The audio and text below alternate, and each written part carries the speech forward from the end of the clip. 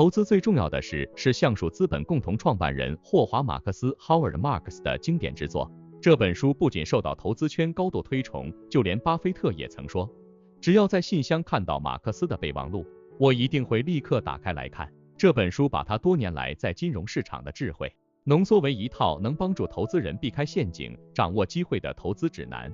曼大整理书中5大核心观点与启发，供版友参考学习或复习。1. 第二层思考，投资成功的基础。马克思最广为人知的投资哲学就是第二层思考。第一层思考，看到公司业绩好，股价会涨，应该买进。第二层思考，业绩好是否已反映在股价，市场是否过度乐观，未来是否还有增长空间，是否存在被忽略的风险。这种更深入、更复杂的思考方式才是投资制胜的关键，因为市场上大多数人只停留在第一层思考，真正能创造超额报酬的，就是能在群体共识之外找到被低估的价值。马克思强调，投资要能逆向思考，在市场过度乐观时保持谨慎，在市场过度悲观时看到机会。成功不只在于与众不同，而是与众不同且正确。判断错误会比群众还亏得更惨。2. 效率市场与局限。投资界一直存在效率市场的争论。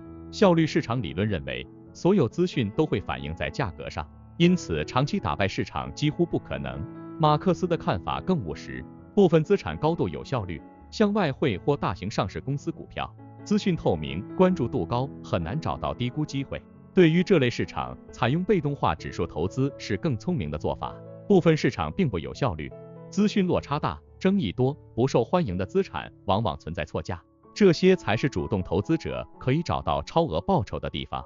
他的结论是，没有完全有效率或完全无效率的市场，一切只是程度问题。顶尖投资人会利用无效率市场提供的机会，但同时尊重效率市场的存在。3. 防御型投资人，先求不败，再求胜。多数投资人常想着如何赚更多，却忽略了如何少赔。马克思强调，优秀的投资人更重视防守。防御型投资并不是消极，而是透过避免重大亏损来累积长期稳健的成果。追求高报酬需要极高的预测准确度，但控制亏损只需要坚守价值与安全边际。市场充满不确定性，没有人能长期准确预测未来。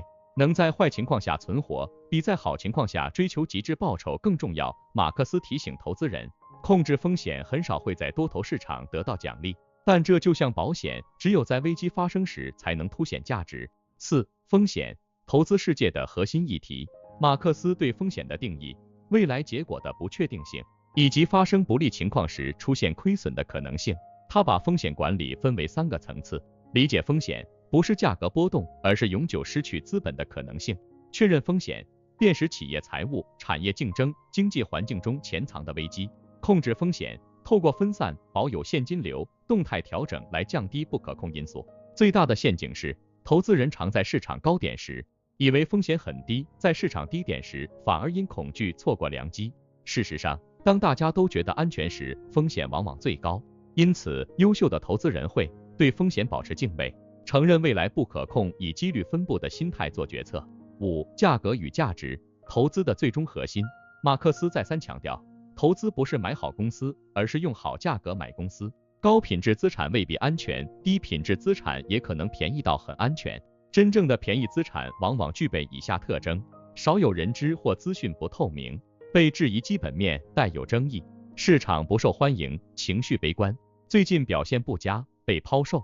换句话说，最佳的机会往往隐藏在市场不愿碰的地方。马克思提醒投资人，买一间优秀公司的股票，并不等于是一笔好投资。